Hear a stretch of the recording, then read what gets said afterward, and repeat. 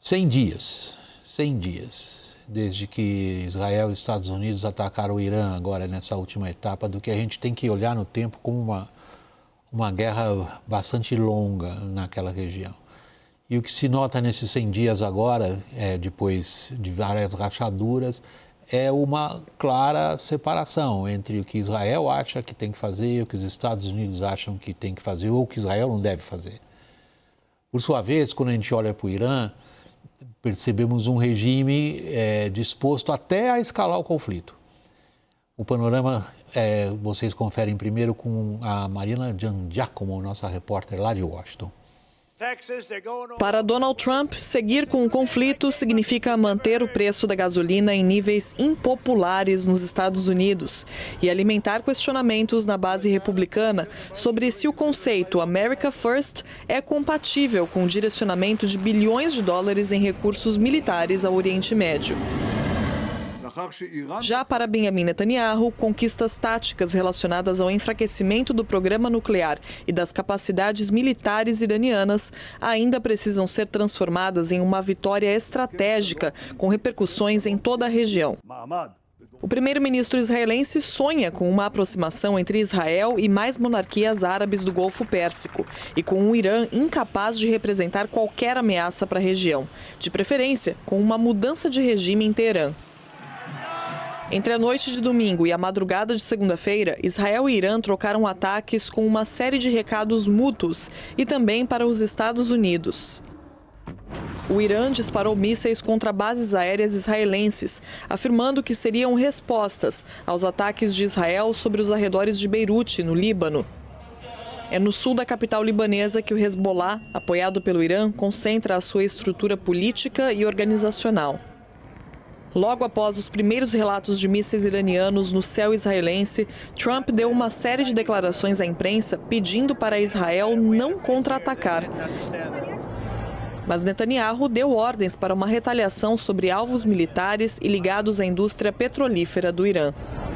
Trump falou à Fox News, ao Financial Times e ao Axios. O presidente dos Estados Unidos afirmou que Israel e Irã já tinham se divertido, cada um com seus ataques, que Netanyahu não manda em nada e que Israel não vai ter escolha além de aceitar qualquer acordo que os Estados Unidos finalizem com o Irã.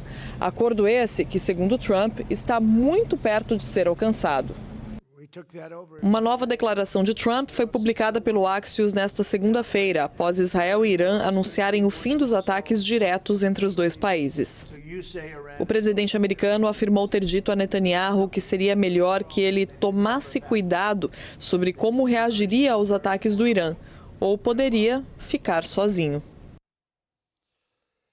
Sandro, o que aqui nessa nossa roda também várias vezes se detectou, quer dizer, era bastante óbvio essa disparidade entre objetivos estratégicos dos dois países que iniciaram a 28 de fevereiro essa série de ataques enormes, em parte sem precedentes, contra o Irã. O que serve para Israel, está claramente agora, não serve para os Estados Unidos e vice-versa. Que cenário se desenhará então? Eu acho que o que servia para Israel em 28 de fevereiro não servia para os Estados Unidos e vice-versa. Então, de qualquer maneira, é um cenário extremamente complicado, um cenário extremamente complexo, no qual a gente tinha toda essa questão, todo esse problema colocado. Então, o que a gente vislumbra, o que a gente está vendo aqui, sem dúvida, é um grande problema no qual o Irã nesse momento tem uma liderança disposta a assumir riscos, disposta a correr riscos maiores do que a liderança anterior, a liderança do Khamenei pai, a liderança do Khamenei Júnior, se a gente pode chamar assim, do Khamenei filho. Ela tem uma predisposição a correr riscos muito maior, porque ela parte de um ponto que parece que a liderança israelense e a liderança americana não entendeu. A guerra que se iniciou em 28 de fevereiro é a culminação de uma guerra que a teocracia iraniana esperava há 47 anos e para a qual se preparou. Então, ela é capaz de absorver choques, ela é capaz de aceitar a punição que é imposta por uma campanha militar de Estados Unidos e Israel, principalmente os americanos esqueceram um fato que é importante que a gente olha na história. A teocracia iraniana, mesmo com 47 anos de existência, esse atual regime de 79 para cá, ela ainda se enxerga um Estado revolucionário. E todo Estado revolucionário precisa de um inimigo. Então, essa situação, nesse momento, deixa o Irã extremamente confortável, sem deixar Israel e Estados Unidos confortáveis. Então, é uma situação também que não vai ter uma longa duração. E por isso, esse ciclo constante de instabilidade. Só que o problema é que tudo isso fica travado pela indecisão de Donald Trump. Então, aí a gente está indo para o ponto, Sandro, a descrição que você faz da motivação, das tomadas, do forma como são tomadas as decisões em Teherã, e a descrição que você faz do regime é um lado dessa questão. Agora, a gravidade de tudo é que hoje nós não estamos imaginando nem vendo isso, nós estamos vendo a relação Israel-Estados Unidos, que para alguns autores, comentaristas internacionais, esta é a questão fundamental para Israel, não o Irã, mas sim o grau de apoio ao qual pode recorrer nos Estados Unidos. A julgar pelas palavras de Trump, esse apoio está diminuindo rapidamente. E aí o que se desenha, Lorival? Então, graças ao Estreito de Hormuz, o Irã está com muita habilidade, muita capacidade de pensamento estratégico, moldando as relações entre Estados Unidos e Israel e arbitrando sobre o conflito entre Israel e o Hezbollah. Então, o que o Irã diz? Eu não negocio com os Estados Unidos a abertura do Estreito de Hormuz enquanto Israel atacar o Hezbollah. Não importando se quem começou esses ataques foi o Hezbollah no dia 2 de março para apoiar o Irã justamente. Então, isso deixa Israel num pesadelo verdadeiro, porque o Irã está conseguindo criar uma fratura entre Israel e o principal, o grande capacitador militar e político de Israel, que são os Estados Unidos, porque o Trump ele necessita desse acordo com o Irã. E para isso ele precisa que Israel pare de atacar o Hezbollah. Com isso, o Irã limpou toda a agenda que havia sido imposta pelos Estados Unidos e por Israel. Mudança de regime, ninguém fala mais.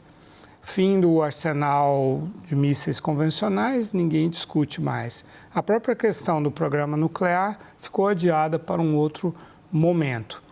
E agora a questão dos proxies, que já não era mais discutido se o Irã tinha o direito de patrocinar esses grupos, como o Hezbollah, que é o mais importante, os Houthis e os Hamas, isso também já foi deixado de lado.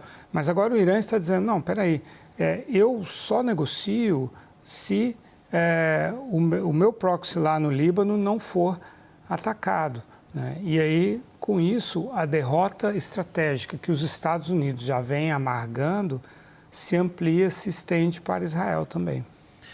Quando você se refere à derrota estratégica que os Estados Unidos vêm amargando, isso é uma conclusão nossa. O Trump, evidentemente, não acha nada disso. Nem seria de se esperar que achasse. Que admitisse em público. De forma alguma. De forma alguma. Talvez não admita nem para ele mesmo, mas esse é outro problema. O que se desenha agora, Sandro, é a superpotência, percebendo tardiamente ou não, mas percebendo, enfim, que o que Israel quer não lhe vai lhe interessar. Está bem definido do ponto de vista de Trump em público e todos nós tomamos conhecimento disso e não é difícil duvidar do que ele diz nesse ponto. Diz o que me interessa é um grande arranjo, que não interessa para Israel. A gente estaria, por analogia, Sandro, diante de outro evento histórico do Oriente Médio de grandes repercussões na época, que foi a tentativa das então potências França e Grã-Bretanha de tomar o Canal de Suez junto com os israelenses. E os americanos disseram, para aqui mesmo. Trump está, digamos, emulando o general Eisenhower, o então presidente dos Estados Unidos, em dizer para Israel, parou aqui, porque daqui para frente é o que me interessa, ou é só conversa de pé no corredor do Air Force One para um bando de repórteres? William, tem um famoso historiador britânico, agora naturalizado americano, que é o Neil Ferguson, que tem descrito essa crise como a Suez americana. Mas eu até faria uma outra metáfora, uma vez que a armadilha de Tucídides está na moda. Eu diria o seguinte: talvez essa guerra Israel tenha arrastado os Estados Unidos para sua expedição à Sicília, que foi justamente o embate decisivo que levou à derrota de Atenas na Guerra do Peloponeso. Então, as agendas de Israel, que eram muito claras, o projeto de Israel, que era muito claro, mas que dependia do poderio militar americano para ser cumprido, não bastava o poderio militar de Israel para impor ao Irã a vontade de Israel, acabou gerando essa crise toda, porque uma coisa são presidentes americanos que tivemos antes, talvez os desejos israelenses se manifestassem com W. Bush, talvez com o próprio Obama e por aí vai, mas com Donald Trump, que enxerga em acordos vitórias estratégicas, independentes dos regimes que fiquem e das pessoas que ali ele negocia, como a gente viu em 2020, quando ele negociou a retirada do Afeganistão com o Talibã, e o que ele tem feito com a Venezuela, com o governo da Delcy Rodrigues, a gente não vê claramente um Trump que enxerga um mundo num rearranjo geoestratégico onde ele usa a força como uma medida de quase um susto em cima do seu oponente, quase como uma cultura midiática. E a gente tem que lembrar que ele é regulado por ciclos que outros presidentes não seriam. Então a gente está chegando agora em junho, tem a Copa do Mundo, que ele quer vender como um grande evento americano, embora seja em 3 países, e a gente está a menos de um mês do 4 de julho, que são os 250 anos dos Estados Unidos. Então, o conflito permanente no Oriente Médio afeta a sua agenda, e isso tem sido percebido por Teherã. Teherã sentiu o cheiro de sangue na água, tal qual o tubarão, e por isso tem empurrado as negociações ao limite, com aquele estilo já conhecidíssimo de bazar, estilo de negociação dos bazares iranianos. Então, o próprio ministro das Relações Exteriores disse isso em uma entrevista recentemente. Também o antigo secretário de Estado americano, John Kerry, disse isso claramente, que os iranianos lutam até pelas vírgulas de um acordo. Então, esse tipo de negociação torna o Trump enfadonho. Então, a gente hoje também pode estar correndo um outro risco, William, de que um pouco antes da abertura da Copa ou nos primeiros dias, a gente veja uma ação militar do Trump, que essa ideia já circulou, uma ação de 36 a 72 horas para talvez tentar pressionar o Irã a um outro estado de coisas. Mas o fato é, nesse momento hoje, quem tem a iniciativa das ações no Oriente Médio não é nem Israel, nem Estados Unidos. É o regime de Teherã. Engraçado. Às vezes eu tento me colocar na cabeça de quem nos acompanha, né? O pessoal falando assim, esses caras lá vêm eles de novo com a antiguidade clássica grega. Lá vem eles com aquele livro, A Guerra do Peloponeso, escrito por um general grego lá, 465 a.C., uma coisa assim. Lá vem eles de novo com a armadilha de Tucídides. Será que não dá para trazer essa coisa mais para cá? Mas é que a gente é fascinado pelas lições que a história dá. E essa questão do Tucídides que o Sandro levanta com essa erudição, tem um aspecto atual, eu diria, horrível, que na verdade é o seguinte: ele fez uma menção à invasão da Sicília por Atenas, que é uma decisão estratégica terrível que leva ao fim do Império, que é tomada porque demagogos conseguem convencer os que têm o voto que aquilo é melhor para eles, porque os que têm o voto não têm visão estratégica. Os demagogos também não, mas eles querem o voto. Então a armadilha de Tucídides é a seguinte: quando se entrega a quem não tem, os donos do voto, a possibilidade de tomar decisões estratégicas, elas podem ser fatais. Traduzido para agora, eleição do Trump, situação doméstica dos Estados Unidos, decisões estratégicas tomadas por situações políticas de rompimento, na verdade, do sistema político, e agora, como vocês assinalam, por pressões domésticas fortíssimas, que vêm de inflação, vêm do rompimento da base republicana, vêm do rompimento do entendimento do que deve ser ou não o apoio a Israel. Aí a pergunta é simples: que tipo de decisão estratégica a situação doméstica americana levará Trump a tomar?